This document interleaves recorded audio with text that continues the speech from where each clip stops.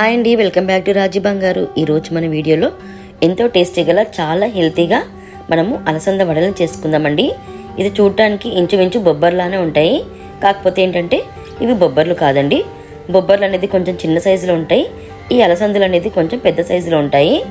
కాకపోతే రెండు చూడడానికి ఒకే విధంగా ఉంటాయండి. ఈ అలసందలతో వడలు చేసుకుంటే చాలా బాగుంటుందండి. పైన క్రిస్పీగా, లోపల వచ్చేసి పఫీగా ఉంటాయి. ఇది చాలా హెల్దీ ఫుడ్ కూడా. దీని ప్లేస్లో మీరు బొబ్బర్లతోటి కూడా వడలు చేసుకోవచ్చు. ఇంచుమించు సేమ్ దీనిలానే ఉంటుందండి, కాకపోతే దేని టేస్ట్ దానికే ఉంటుంది. పదండి, ఫస్ట్ అయితే మనము అలసందలతోటి వడలు ఏ విధంగా ప్రిపేర్ చేసుకోవాలో చూసేద్దాం. నేను ఆల్రెడీ అలసందల్ని నైట్ నానబెట్టేసుకున్నానండి. ఒక 6 hours నానితే మనకు సరిపోతుంది. మీకు మార్నింగ్ బ్రేక్ఫాస్ట్ కావాలంటే నైట్ నానబెట్టుకోండి.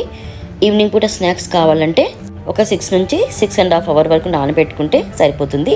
ఈ అలసందల్లోంచి చుక్క వాటర్ కూడా లేకుండా దీన్ని వడకొట్టుకొని పక్కన పెట్టేసుకోవాలి. నెక్స్ట్ వచ్చేసి ఒక మిక్సింగ్ బౌల్లో 10 నుంచి 11 వరకు పచ్చిమిర్చీలని, ఒక 2-3 ఇంచులు అల్లంని తీసుకున్నాను.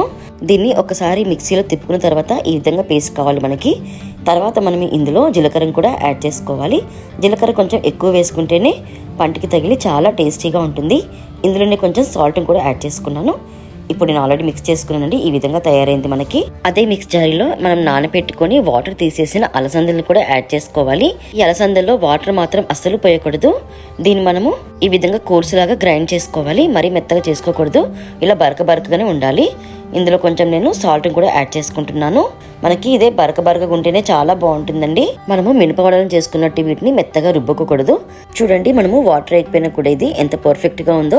ఇందులోనే 1 ఇంచు వరకు అల్లాన్ని చిన్న ముక్కలుగా తరిగి వేసుకోవాలి. అదే విధంగా కొత్తిమీరను కూడా యాడ్ చేసుకోవాలి. మీకు సాల్ట్ సరిపోకపోతే సాల్ట్ కూడా యాడ్ చేసుకోండి. నెక్స్ట్ వచ్చేసి ఒక ప్యాన్ లో మనము డీప్ ఫ్రైకి సరిపడా ఆయిల్ ని యాడ్ చేసుకుందాము. ఇప్పుడు మనము ఈ అలసంద వడల్ని ప్రిపేర్ చేసుకోవాలి.